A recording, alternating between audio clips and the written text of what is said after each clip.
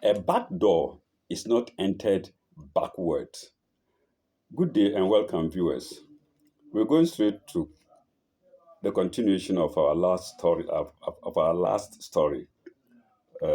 about cannibalism. I just ate your grandma. The picture of one of the cannibals is here, as, just as a reminder. I'll go backward a bit for a better understanding.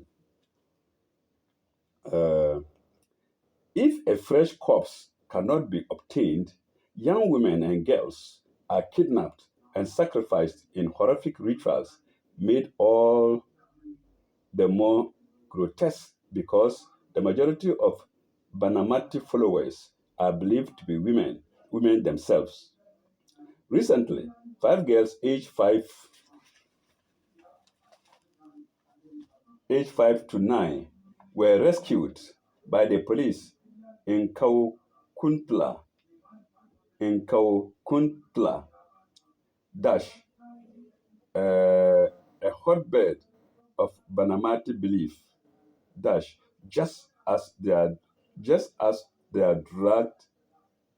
Oh, so they give them drugs to take. So just as they are dragged, oiled, they are dragged, oil bodies were being readied for ritual sacrifice and butchering. Horrible, isn't it? Okay. It's not uncommon for horrified villagers who discover or even suspect that Banamati rituals are being performed in their midst to kill the alleged witches or burn their homes and drive them into exile. Yes, indeed. God makes everything in pairs, good and bad. Mhm. So I love that. Okay. Uh, 6 months ago in Halaganon, 6 months ago in Halar Gaon, villagers stormed the house of a newcomer on suspicion that he was practicing Banamati. They were sickened and stunned to find human bones and pieces of roasted flesh in their home. He escaped, but the dwelling was burnt to the ground. Yes, he was an outsider and he never returned to the village. Abdul Hanif, a villager said. Abdul Hanif, a villager said. Full stop. Paragraph. Indian law enforcement records show that as many as 180 alleged Banamati devotees, mostly women, have been burnt or stoned to death by villagers within the last 4 years. Can you imagine? It's women. Say they are mostly women. Can you imagine? I'm not surprised. Maybe along the line we will come across a paper I read which says there is a place where women kill men after luring them to have sex with them. Mhm. The paper said the women are not particularly beautiful, but being women and knowing how weak men are, they know how to attract them. They sleep with you. They will tantalize a man, sleep with him, and then the man feels pleasure in the head, and then they sever the head and finish the meat, roast the meat, and finish. It's there. Hopefully, we'll come across that paper. So it's not surprising, and today is still happening. Let's finish the paragraph first. Uh, have been burnt or stoned to death by villagers within the last 4 hours. The vigilant mob fury also includes tearing the teeth from the hysterical mouths of the so-called sorcerers, with the belief that if they lose the teeth, they can't chew the flesh and chant the reminiscence of America's Salem witch trials, innocent lives, no, let me see. They can't chew the flesh and invoking chant the hymns, invoking evil spirits to their bidding. Full stop. Fine. I think I jumped a line. And in scenes reminiscent of America's Salem witch trials, innocent lives are also lost due to mere suspicion of practicing witchcraft. This is the act of evil people. So you are dealing with evil people. You have to be careful to separate the chaff from the wheat. Hmm? Uh, uh, Paragraph.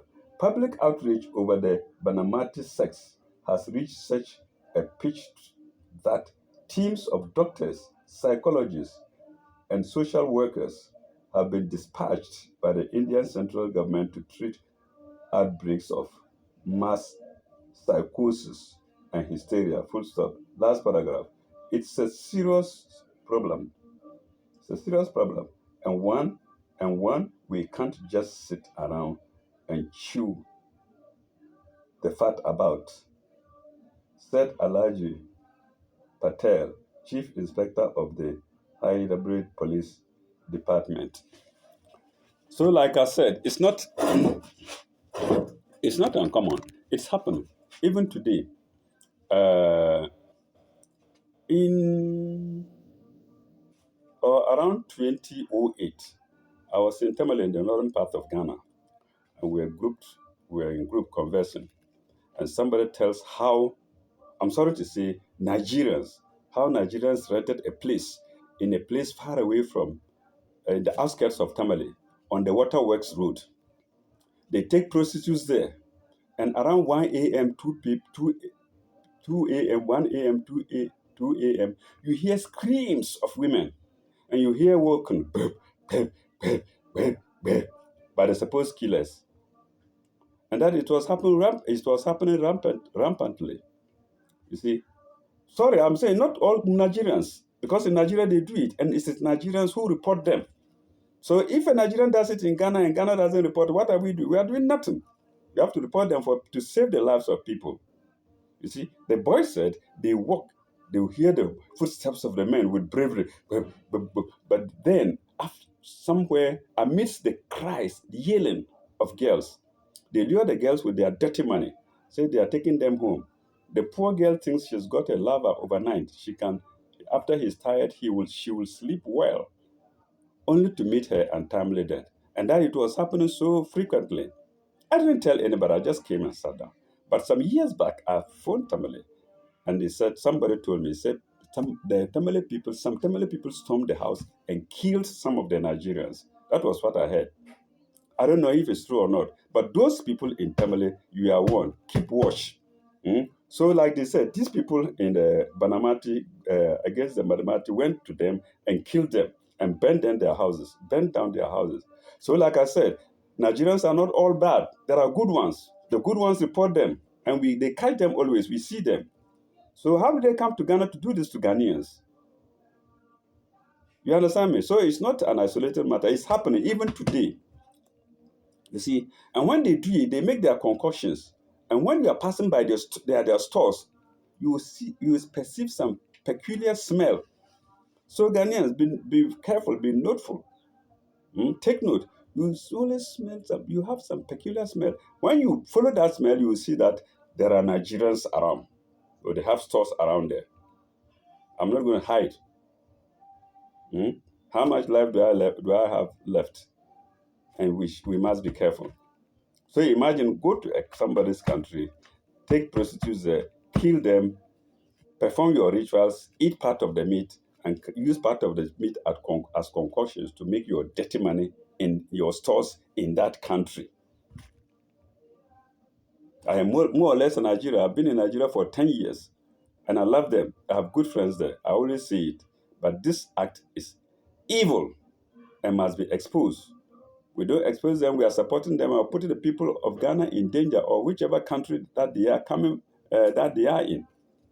So, viewers, this is it. I didn't see them, but I heard it, and I know it's true because when I inquired about them some 5 years later, I asked a friend. He said, "Oh yes, we heard it. I heard it." He also said, "Oh, I heard it," but I also heard that some Tamale boys stormed the house and killed some of the Nigerians. Pardon me to use the word Nigerians, but that is the fact. And like I'm saying, the good, clean Nigerians, please pardon me. I'm not spoiling the name of Nigerians. I'm only spoiling the name of criminals. Ghanaian criminals, we expose them. So why not expose Nigerian criminals or criminals of any other nation? So this article reminds me, and I warn everybody that it is still happening. So you are passing by a store and you hear you perceive some peculiar scent. It's unique. It's peculiar. It's not nice. You look around, you see that around that there are Nigerian store owners there coming to kill our human beings, our innocent daughters and sisters and aunts to make their concoctions to get their dirty money. If that money would have saved them, they would have stayed in Nigeria and made plenty money with it. It hasn't saved them. You're coming here to do that. How will it save you? Please repent. Either join the Christian group or the Muslim group properly, because some of them purport to join them, but they are not. So these rituals are still there. This is a warning to everybody. Please, uh, let's go to the next story. For better tomorrow, and it's borders on discipline. The under is discipline. Uh, are you disciplined?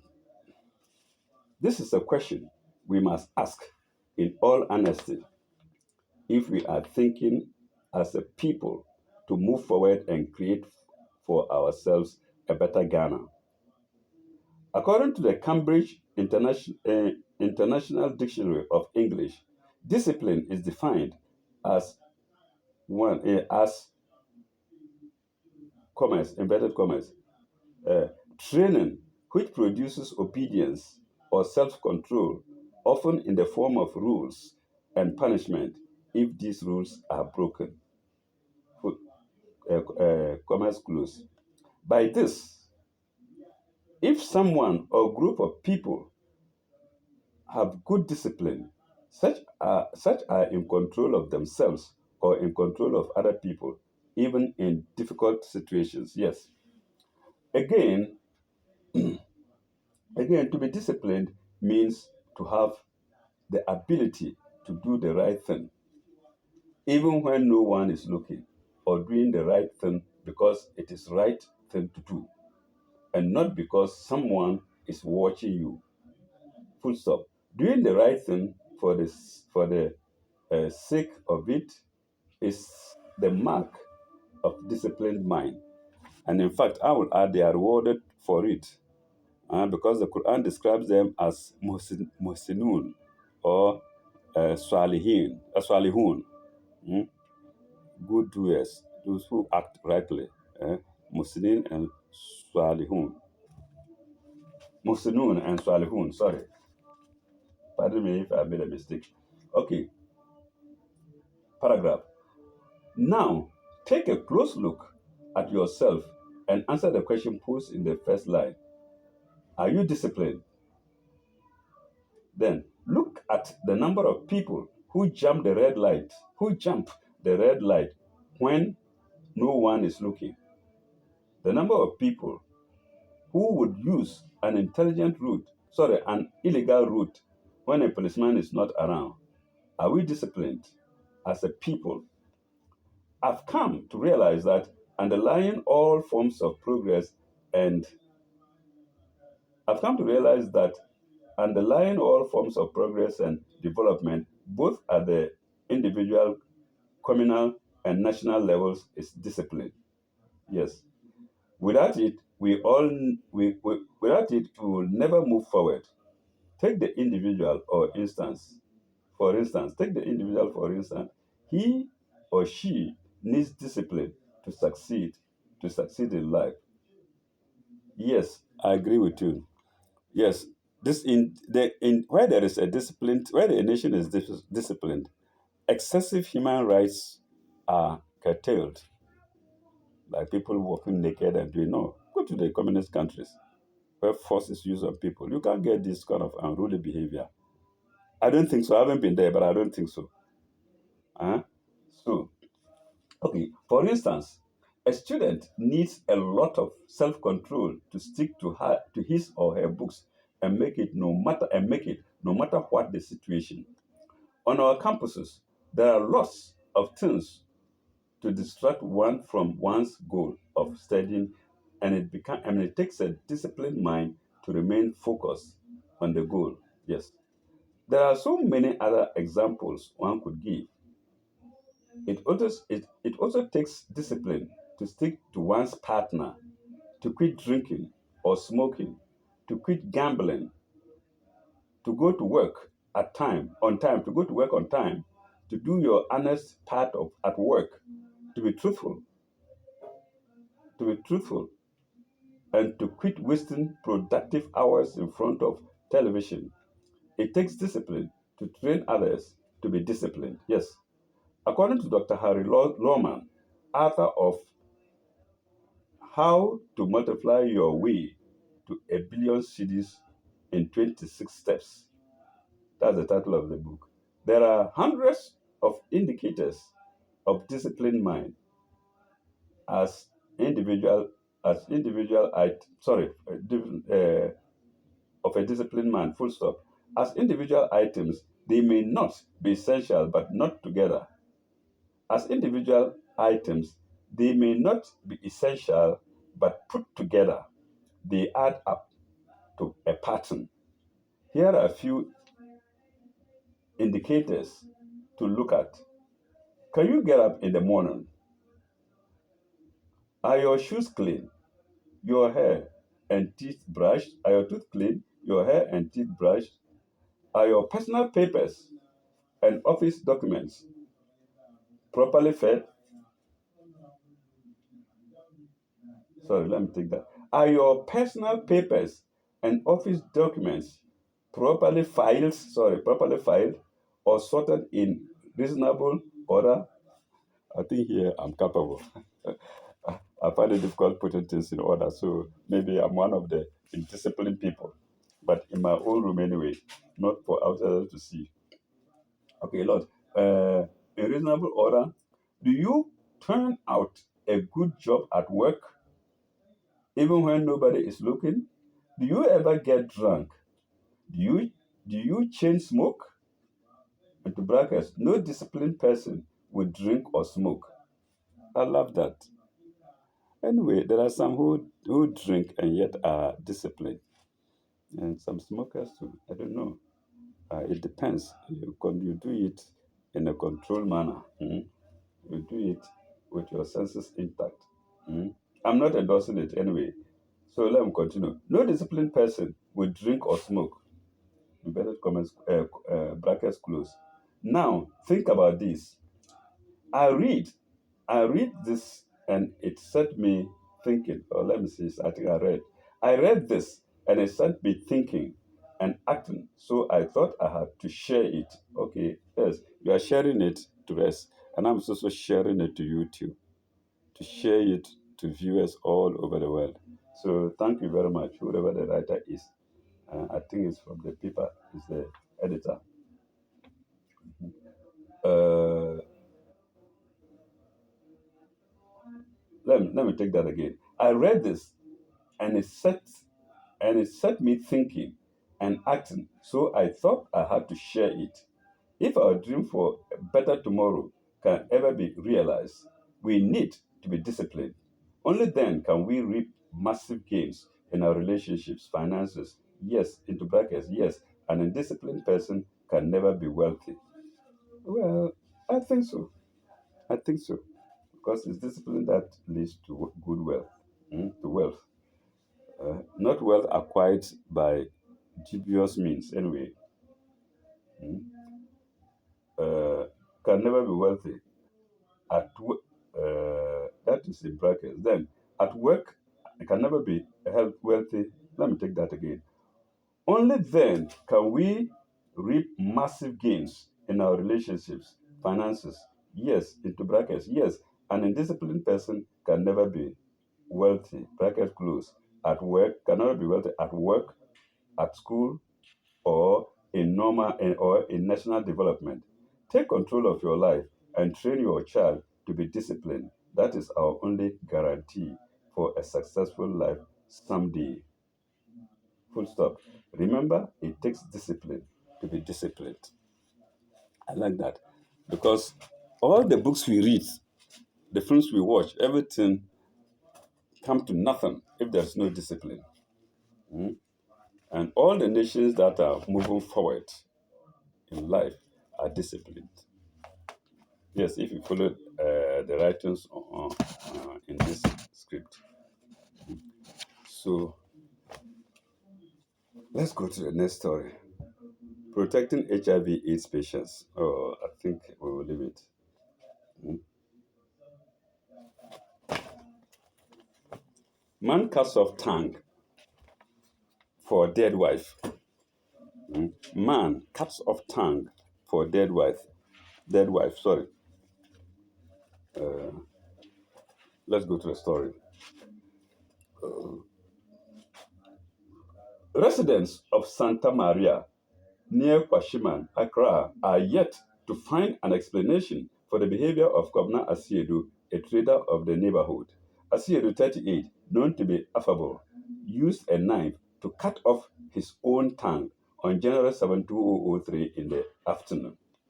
What makes the issue more baffling is that they cannot understand why he keeps blaming the ghost of his wife, of the ghost of his dead fiancée for his predicament. Full stop. Paragraph. Asiedu is alleged to have explained that his fiancée died about 2 years ago and her ghost visited him the previous night, Saturday, January 6th, 2003, to take him away, but he refused. This, he said, made her angry and she tried to kill him. Full stop. The next day, she returned in the afternoon and this time succeeded in placing some hard black object in his mouth, which slipped down his throat. So this is a warning to those in Sakawa and occultism. Hmm? Good warning to them. Paragraph. He continued that the strange object started moving to and from his throat, and then he tried to throw up several times. He couldn't. And when he tried to throw up several times, he couldn't. Asiedu, who speaks with utmost difficulty, said he then decided to seek the help of his friend, a cobbler, a cobbler in the neighborhood, but didn't meet him when he got to his house. He then decided to remove him. He then decided to remove it himself. Come what may, and he come what may and be free. He then decided to remove it himself. Come what may and be free. Quote: I then took a knife, stretched out my tongue with all my might, and cut it off. Close. Asiedu said faintly. Full stop. After the strange act, Asiedu, who was in intense pain, started screaming for help, which attracted several people to the scene. The motley crowd who had gathered found to their dismay half of Asiedu's tongue lying on the ground in blood, while Asiedu himself bled profusely. I can't imagine this. I can't imagine how a human being can cut his tongue, sever it off, or you cut part of it off. I can't imagine. So while he bled profusely. Paragraph. He was then rushed to the Kwashiman Police Hospital by some of the sympathetic friends and neighbors, where he was given a medical form to attend hospital. Full stop. He is currently on admission at the police hospital and responding to treatment. Full stop. Paragraph. On the prowl, a close friend of Asiedu, on strict condition of anonymity, told PMP told the paper PMP that evil forces caused Asiedu's predicament. Full stop. He disclosed that Asiedu and his fiancée, while he was alive, visited a shrine in Latte and committed themselves under the blood covenant. You see? Huh? This meant either of them who died first should should make it a duty to come for the other. They became inseparable, he reveals. Yes, this is the secret behind it. by somebody. Whatever happens, there's always a witness. Hmm? He revealed. Uh, Next paragraph. The informant said soon after the alleged visit, which he warned them against, even warned them not to go there, which he warned them against, the lady took to drinking and later developed a lung cancer, leading to her death. So you see what shrines can do, what evil forces can do. Hmm? The evil people, Satan, they don't help for nothing. You must pay heavily for it. It's only God who helps freely. Hmm? The only thing attached to it may be trials, which is normal. But evil forces, Satan and his uh, tribe, they will never help you for nothing. You will pay heavily for it.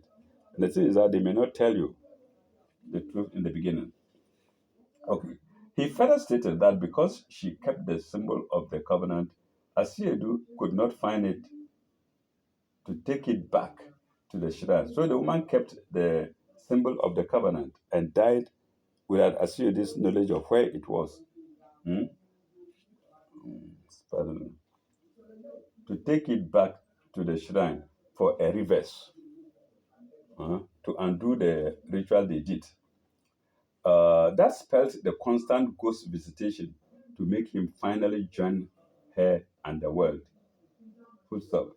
He disclosed that about a year ago, under a similar influence, Asiedu stabbed himself in the stomach so deeply that his intestines gushed out.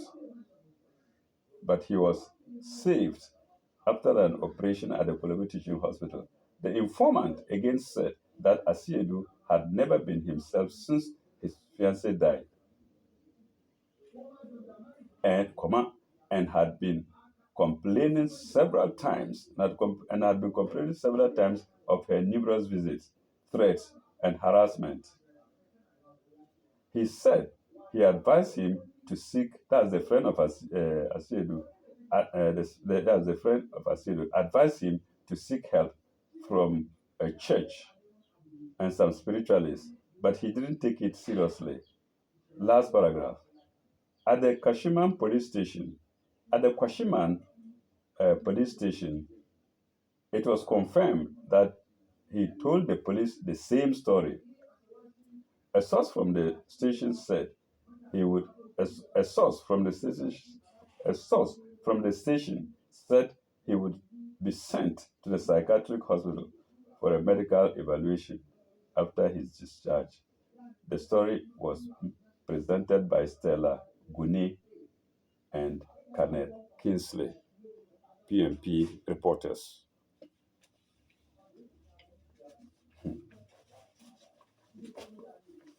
So the only person who can really save is God. Hmm? The only person who can save is God. Nobody else. Policeman in trouble. How can a policeman be in trouble? Let's see. Let's read. Hmm?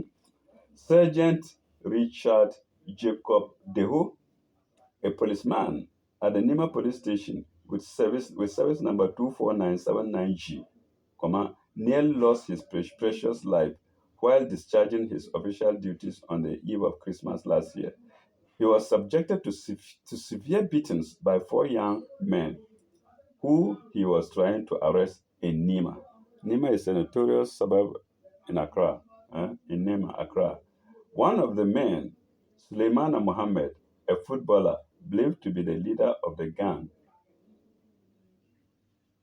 even attempted to stab him with a dagger but was restrained. Not satisfied, he beat the right thigh of the policeman, tore his uniform, and smeared him with mud. Have you heard the name Suleimana Mohammed? Hmm. Suleimana Mohammed, eh? The name of the prophet. The other name is my name, or the name of Solomon. And he's doing this. A Muslim. Come on, you know he's not a Muslim. He's only bearing Muslim names. He's only wearing the name of a Muslim or the coat of a Muslim, if you like. This the disgrace. people are putting Islam into. And that's why Christians, this one of the reasons why uh, Christians or maybe and other people, polytheists, refuse to join Islam. If we continue hearing these stories, how will we be attracted to Islam? But thanks to God, God knows how to work.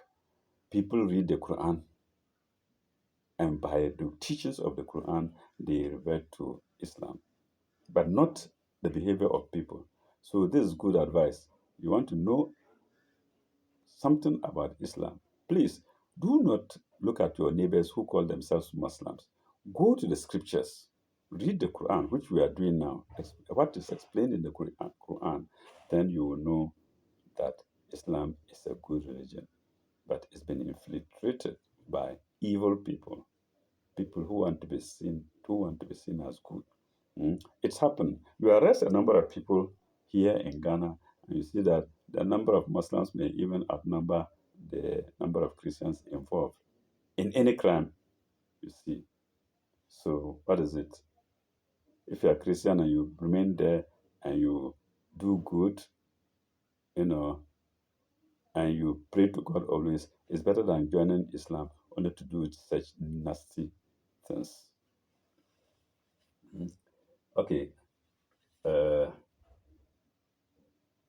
and smeared it with mud. Mohammed is currently facing trial at the Medina District Magistrate Court on further counts of charges.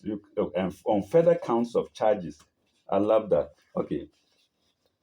Uh, and then, column. Then, stealing, resisting arrest, assault on public officer, and causing damage.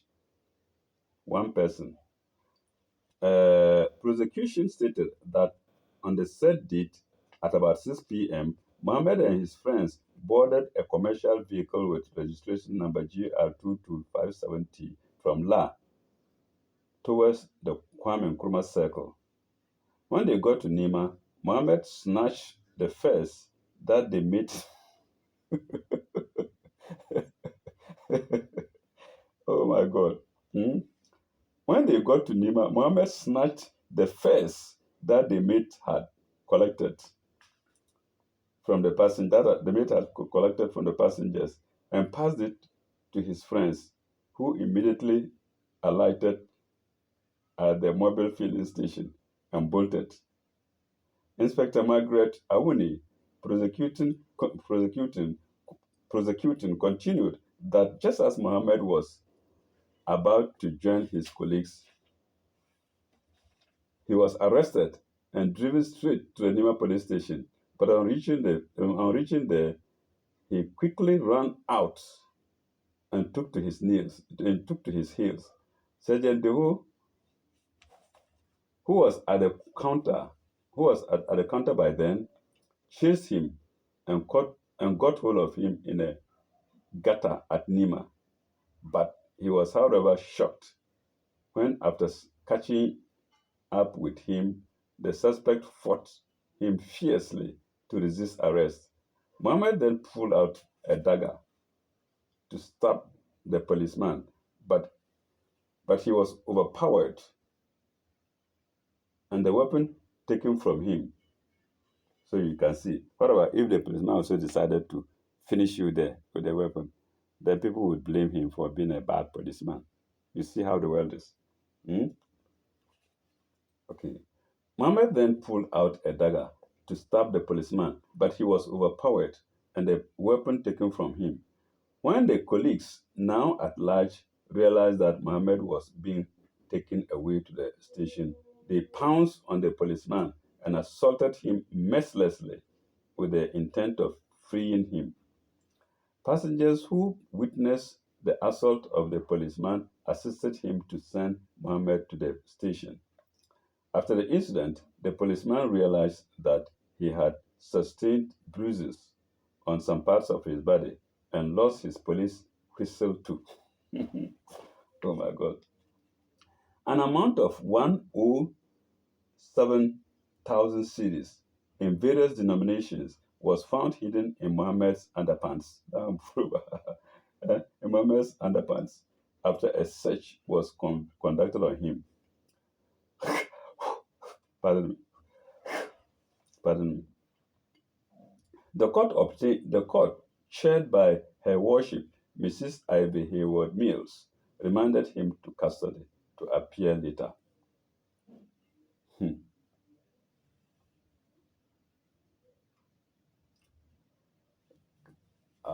There is a story here.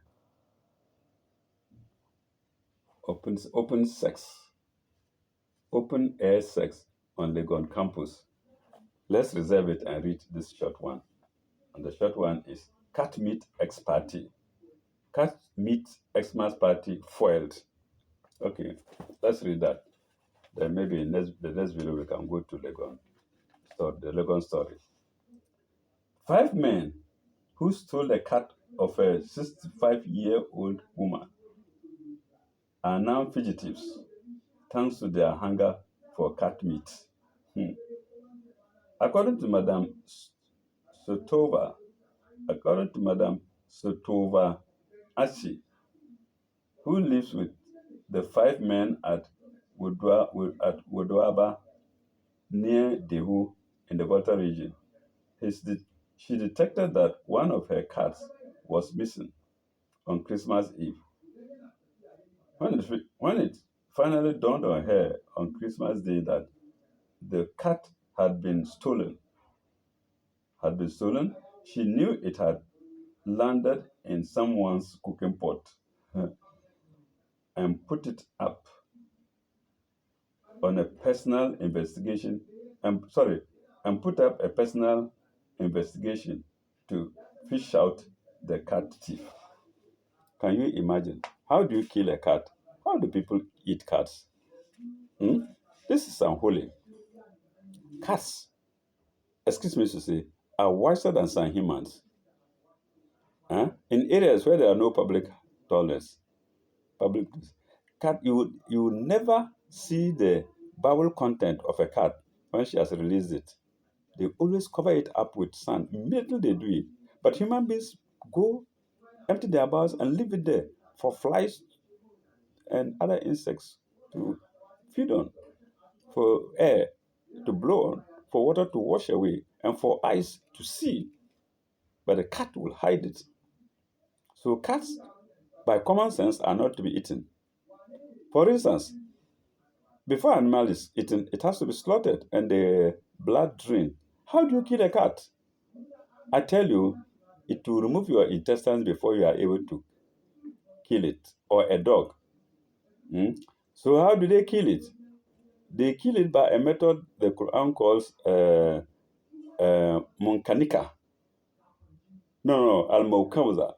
Al-mawkawaza. Al-mawkawaza is hitting with a big blow. They hide it, they push it, they lure it into a sack, tie the sack hard, and then use objects to hit the cat in the head and other places to, kill it. And that is horrible. It's been spoken against in the Quran. Eh? Al-mawkuzat. That's meat eaten with by applying heavy blow on the head. A dog or cat, dogs and cats are normally killed in this manner. What a horrible way to kill an animal before eating its meat. Hmm?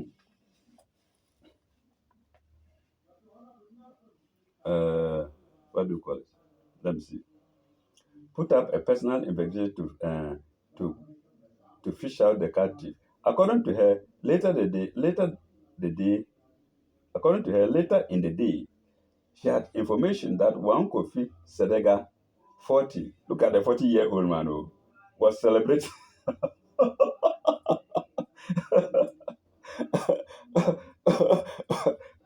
Oh my God. One Kofi Sedega, I remember the story. One Kofi Sedega, 40, was celebrating the Xmas with cat stew and yaya yake and yaka yaka. With cat stew and yaka yaka, a local food among the Ewes. Yaka yaka, I think, is made of gari. So he caught the cat, killed it to celebrate Christmas. And indeed, he was celebrating it. By who? By a 40-year-old stupid man. Let me call him stupid. Yaka yaka, a local food among the Ewes. Very good. Armed with that information, she quickly dashed to Segbes Junction uh, to Sagre Junction, which serves as an entry point between Ghana and Togo, and asked the SEPS officials assistance as there was no police post around. I think SEPS is Customs and Excise Police or something like that. Pardon me for my ignorance. Okay. Then, as there was no police post around, paragraph. One of the men, Dogazi 30, incidentally came out of the house to urinate and caught sight of the owner of the cat and the two SEPS officials rushing towards the house. He quickly blew an alarm and they fled, abandoning the half and abandoning the half-enjoyed cat meat party. Full stop. Sedeka, the alleged cat thief, however, was able to abscond with the head of the cat. I don't know whether people are human beings or animals. Pardon me to say that. And bolted with the head of the cat, which he was enjoying before the chase. Full stop. The party makers who fled have since not been seen.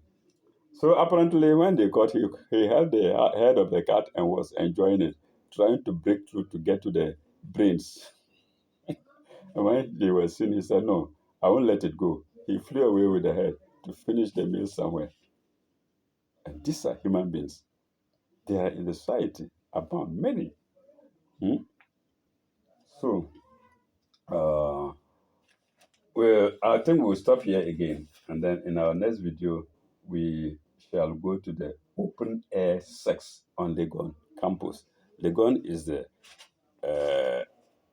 biggest university in Ghana, the biggest and earliest university in Ghana. And it has churned out so many professionals. And this is what they are doing.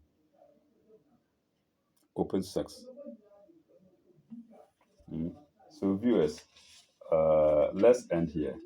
And for sure, God willing, next time we'll go to Lagos Story and then continue with the paper. Till we meet again. Bye bye. Ila likai.